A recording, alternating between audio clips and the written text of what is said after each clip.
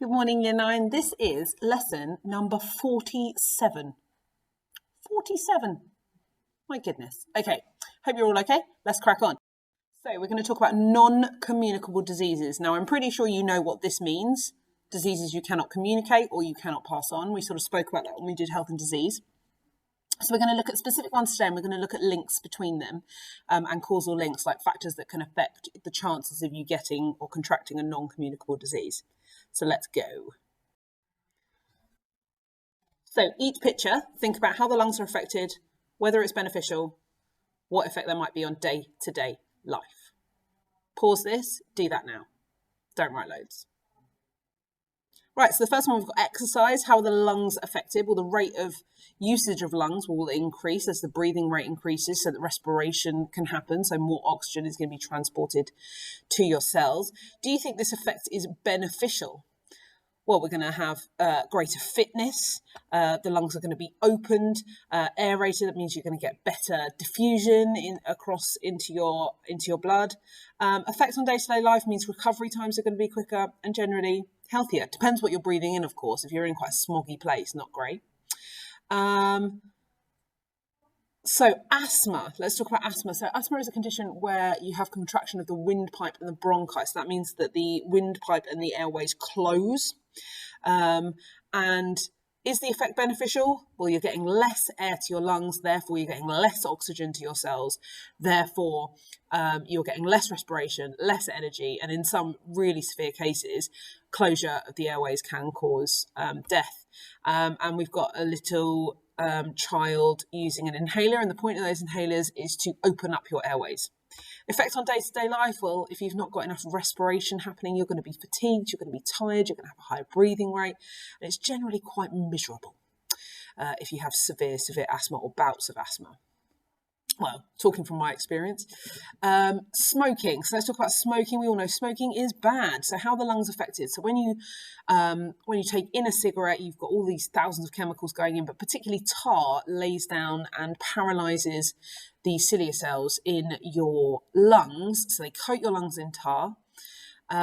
Is the effect beneficial? Well, no, because you're getting less oxygen again to your cells, so less energy, but also tar is a carcinogen, so it can cause cancer. Effect on day-to-day life, so we have a coughing to clear away that mucus that the cilia can't clear, so you have to cough to clear it, and it can cause, a build-up can cause cancer. So we're all going, obviously, for the grades 7 and 8 today, so we need to look at impacts of non-communicable diseases, risk factors, and the correlation.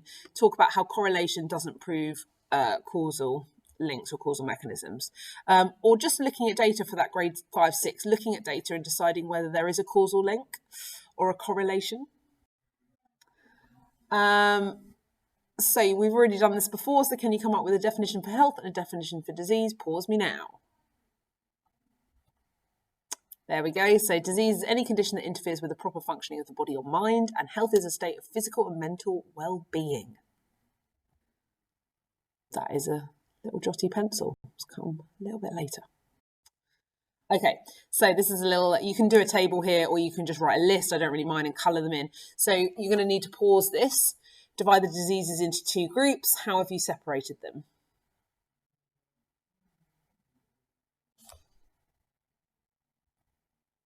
So you might have separated them into communicable and non-communicable diseases. So allergies, diabetes, heart disease, rheumatoid arthritis, asthma and cancer, all diseases that are non-communicable. You can't catch them. Some lifestyle choices can lead to them, but you can't catch them. These are communicable diseases, so cold, pneumonia, tuberculosis, hepatitis, chickenpox and flu, communicable diseases. So you can catch them, and so there's those 2 types of diseases, communicable and non-communicable. So let's have a look at the information. Now, you might be interested to learn that mostly non-communicable diseases most of the killer diseases are non-communicable. And non-communicable means they can be genetic or they can be brought about by lifestyle and risk factors. So only 3 of the top 10 killer diseases in the world in 2012 were communicable. And so we've got AIDS there, Diarrheal diseases are quite often are, and some infections can be, but mostly as a result of genetic makeup and lifestyle, and obviously road injuries there as well. Now, you can do this. Obviously, you probably don't have graph papers. It's going to be more of a sketch. Plot the data into a bar chart. Identify which of the 10 leading causes of death is not a disease. Approximately how many people died as a result of non-communicable disease, and what percentage of people died as a result of non-communicable disease. Now, this is a classic example of what they do in exams. They tend to give graphical data when it comes to certain things like this. So pause the video, do a good job at plotting as clearly as you can the causes of death, and then have a look at answering those questions. It should look something like this. You don't have to do them necessarily. I think that's the order they were in. And let's have a look at those answers. So number 1 is road injury, which of the top 10 is not caused by a disease. I've lost the question now. 22.7 million were killed by non-communicable diseases, and by diseases, apologies, and 79% of them were non-communicable. So to work out the percentage there, we've done the amount of non-communicable divided by the total times 100. This is a fun activity. So what you need to do is use the code breaker to decode the terms. So these are the terms that are obviously to do with non-communicable diseases. Have a quick go, jot them down. You got the answers. So prevalence, risk factor, incidence, and mortality. So these are all key words. Now, mortality means death. We're going to go through the others. So a risk factor is something that increases your chance of getting a disease. So for example, if you smoke, you are increasing your risk of getting lung cancer. Incidence is the number of people diagnosed with a particular disease in a particular population of people at a particular time, i.e. the incidence of celiac disease in active military personnel in the US was 6.5 in 100,000 in 2008. That means 6.5 active military members for every 100,000 were diagnosed with celiac disease. So incidence is the number of people with a disease in a particular population at a particular time. So if we're at school, we would say the number of students with type 1 diabetes in the population of Knole Academy in 2018 was 4 students. That's a good example. I don't know if that's true, but it's a good example. Prevalence is the number of people who have a particular condition, regardless of whether they're just diagnosed or even whether they've been diagnosed at all. So the most recent estimate of celiac disease prevalence in the US in people 6 years or older indicates there's a 0.71 prevalence. That means that 1 in every 141 people ages 6 and older has celiac disease, although about 83% don't realise they have it. So it's sort of taking the numbers we know and then thinking about the undiagnosed and how often it occurs, essentially. And then mortality, the number of deaths per unit of population from a specific disease. So we're seeing that quite a lot with coronavirus. So at the moment, they give us a number of deaths and then they compare it per million. So then you can compare per population, even though the populations change. Okay, so we're going to look at the probability that a particular event will happen. And we give this this is called scientific risk. So it's like a mathematical chance of an event occurring, and we call it odds. So, for example, if a lady is pregnant, she will be given her odds on whether her child has Down syndrome following the Down syndrome test. So I think I got like a 1 in 11,000 chance is what it said. There was a 1 in 11,000 chance of my baby having Down syndrome. So this is really depressing, so sorry about this. So you have a 1 in 85 chance of dying on the road if you are driving over the age of 50. You have a 1 in 2,000 chance of dying from smoking if you smoke 10 cigarettes a day. You have got 1 in 40,000 chance of dying at work. You have got a 1 in 10 million chance of being struck by lightning. You've got 1 in 685,000 chance of dying by drowning in the bath. So please don't fall asleep in the bath. So these are all just probabilities, the likelihood. Okay. I mean, imagine being hit by lightning twice. You're like the luckiest person in the world, but also the least lucky. Interesting. Okay, so there are many risk factors for disease, including genes. So, for example, if you have a heart problem that runs in your family, you have a higher risk factor from developing coronary heart disease, for example. You can't change those, but you can change other risk factors. So, healthy lifestyle, smoking, sleeping, exercise, what you eat, whether you are around ionizing radiation, you probably shouldn't be, whether you come in contact with carcinogens, whether you sunbathe more, whether you sleep more. There's so many things. You have the power, or we have the power to change or influence a lot of risk factors. Some people spend quite a lot of their lives thinking about these risk factors and trying to reduce them as much as possible. So there is a certain element of common sense with most of these. Okay, so what can you do to reduce your risk factors? So eat well, exercise, reduce your stress. Now, quite often reducing your stress means sleeping better as well. So if you exercise regularly and you eat well, you sleep better. And it's shown that people that don't sleep as well means they're not physically prepared for challenges and coping strategies and being resilient. So I have to say that for most of these, sleep is really, really important to reduce stress, and it's better for your mental well-being. So please make sure you have a good night's sleep. Also, don't drink, don't smoke. If you do drink, moderation. Obviously, you shouldn't be drinking. You're very underage, so don't do that. But reduce your stress, reduce your anxiety by exercising, eating well, and sleeping. And it has been shown in a lot of medical studies that sleeping and exercising and eating a diet improves mental well-being, it improves physical well-being, but it also improves behaviour as well. So eat right, sleep right. Lecture over. Okay, so risk factors that increase your chances of getting diseases include smoking, poor diet, lack of exercise, excessive alcohol consumption, exposure to carcinogens, UV, and of course your genes, which you can't change. But these are the kind of things. So if you don't really exercise, you're more likely to be eating more as well, and that can cause cardiovascular disease. So make sure you list some of these. Now, this is the line of impact, which I love, the line of impact. So if I give you statements, which one of these do you think has the most impact on your risk factors? So, for example, you've got to decide which has the most impact on your life. So hang on a second. Right, okay, drinking lots of sugary drinks. Do you think that's going to have a huge impact or a low impact? Now, bear in mind, it depends on the moderation of how much this is having, and it also depends on how you prioritize. So this is quite a good thinking hard skill. Let's have a look. So smoking cigarettes, I would put quite high. That's going to have the most impact in terms of your risk factors. Whereas I would say eating some red meat or crossing the road is going to have the least amount of impact on your risk factors. Although some red meats have been shown to be like carcinogenic, I think now maybe. Not carrying out regular exercise is going to have relatively high impact. So this is about prioritizing, which I find really hard, and so you probably will. Now, what we're going to look at is causal mechanisms. So scientists often see similarities in the patterns between non-communicable diseases, such as heart disease or lung cancer, with lifestyle factors such as a lack of exercise or smoking. So what we're saying here is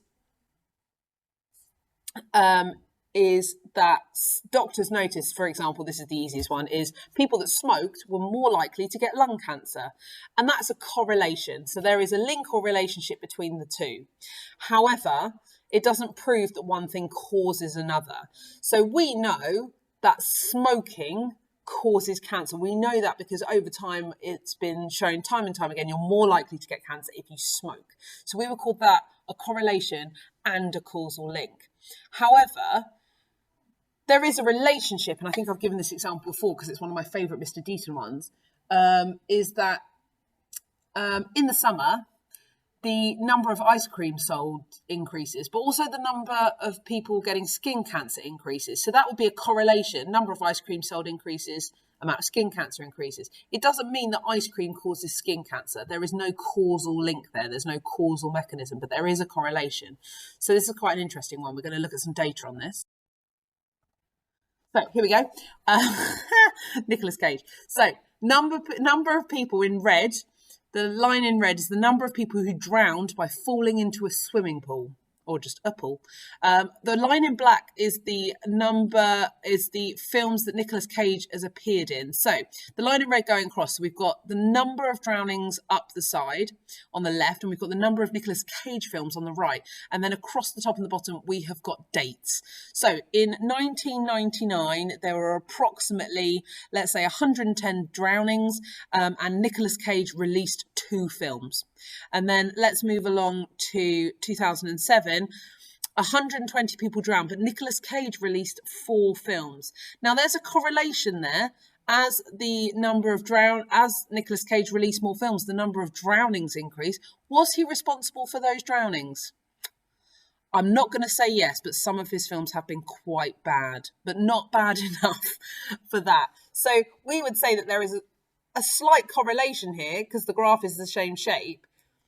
But is there a causal link? Is Nicolas Cage causing drownings by falling into swimming pools? Is he making people clumsier?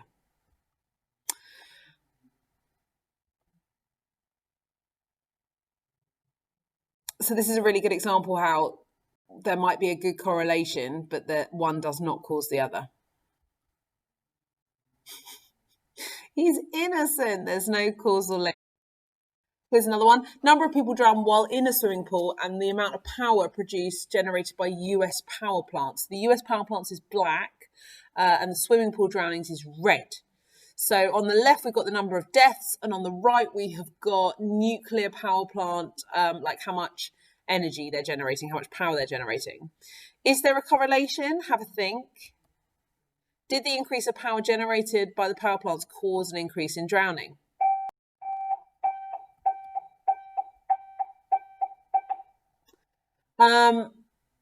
It's useful to find the correlations between them, but there has to be so much research for there to be a causal mechanism. Now, again, I'm going to go back to the smoking example. Doctors used to think smoking was good for you in like pre-50s, and it was only in the 50s and 60s they started realising that people that smoked a lot had black lungs and lung cancer. So it took a long time and a lot of research that now we're at the point where cigarettes are banned because we know that the causal link is so strong. So here's a really good graph. So in the let's have a look. So in the 1950s, 4,000 cigarettes per capita of consumption, and look at the number of deaths. Like, how many years later are we looking at? We're looking at 20 years or 50 in some cases, 30 years. But there's definitely a correlation there that years later, after the cigarettes are smoked or continuously smoked, they've increased.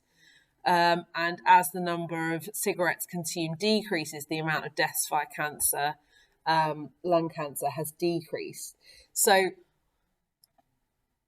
how do we know that there's a causal link and not just a correlation? Is this a causal mechanism? So a causal mechanism explains how one factor affects the other or influences the other. If a causal mechanism can be demonstrated, then there's a link between the two. So there is a really clear one. We know that anyone can get lung cancer. Let's be clear about that. But smoking increases the risk, and there is a causal mechanism between the two. We know smoking causes more cancer. Okay, so here's a bit of another challenging activity. The table shows data over a number of years, the possible risk factors contributing to type 2 diabetes in Australia. So type 2 diabetes is generally caused by diet and exercise, or poor diet and exercise. So we are going to mark these in just a second. So pause the video. And we're going to mark it. Okay, so obesity is the only factor that seems to show correlation with the number of cases of type 2 diabetes. So that's probably 1 mark. Both sets of data show an increase for each. So that's your second mark. So these have marks on them. Possibly obesity. However, you could say that there's not overwhelming evidence. C, the lack of evidence will not affect blood sugar levels. 1 mark. It doesn't link to high food take. There is some link to sugar. 1 mark, but not as much as obesity. 1 mark. The sugar molecules could be used in the body and so therefore don't contribute to the problem. And you can have any 2 from there. You would need more studies, large sample size. If there's any somewhere you're looking at population sizes and they ask you how you would improve it, larger sample size will get you the mark. Rather than look at the whole population, we could look at specific groups. You could also compare obese and non-obese people to see if there's a direct link. And here's the last one to have a go at as a 6-mark question. Describe the data trends for alcohol and liver disease. Then explain whether the data shows any correlation between alcohol as a risk factor, and explain why you cannot be certain that it is a causal link. Okay, so this is collected in Russia. It's raw data. Trends in the male liver cirrhosis death, so cirrhosis death, and alcohol consumption. So on the left, we've got the amount of alcohol consumed, and on the right, we've got the amount of cirrhosis. Okay, so these are potential marks that you could get. Okay, here's your answers here. So in general, alcohol consumption rises, death from the liver rises, and therefore, that would be 1 mark, sorry. Alcohol up, death up. 1 mark for there is a correlation, but they're not perfectly correlated because they don't peak and trough at the same time.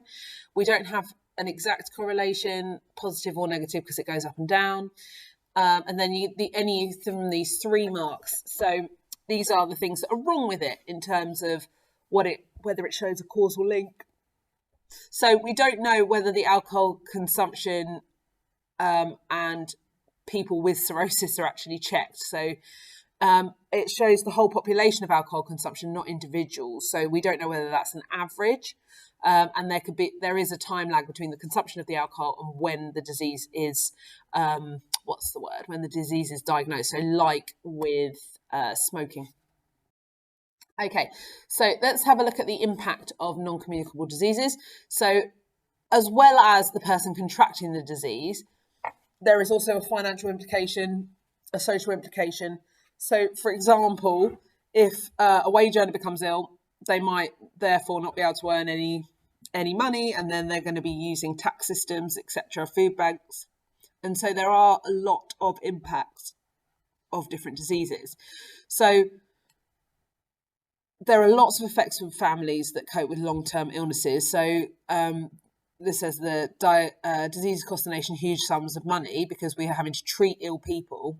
Therefore, they're not working, so they're not contributing to the economy. So non-communicable diseases have a huge number of people that it affects. So it actually has a greater effect on the economy than communicable diseases. I mean, we wrote this before the disastrous effects of COVID-19, so it'd be interesting to see the difference now. So there is an article going to be linked to this. See if you can answer these questions. So pause this, go and find the questions that are linked, go and find the document that's linked to this and answer these questions. And your answers are coming up. 25% of deaths under 60, 28.8 million. Poor diet, tobacco use, lack of physical activity are the main risk factors. Percentage cost to the world economy, 34%. Cancer, chronic respiratory disease, coronary heart disease, and diabetes. So this is how much the NHS spends on type 2 diabetes, 53.8% increase to 2030 because our diets are getting worse. And how many more times likely are you to suffer from depression if you're a woman compared to a man? Oops. Sorry about that. It was whatever that was on the last slide. I went too fast. Explain the difference between risk factors, correlations, and causal mechanisms. This is a 6-mark question. So a risk factor increases your risk of developing a particular disease, and then always give an example for your 2nd mark. A correlation are apparent links between 2 factors, and then an example. However, a correlation doesn't mean that you have a causal mechanism. So a causal mechanism explains how one factor influences another. That's an easy. If you got it as a 6-mark question, that'd be wonderful. Make sure you always give an example. So hopefully you know what a non-communicable disease is. Hopefully you know what a correlation is. Hopefully you know what a causal mechanism is and a risk factor. If you're not, go back and have another look. Bye.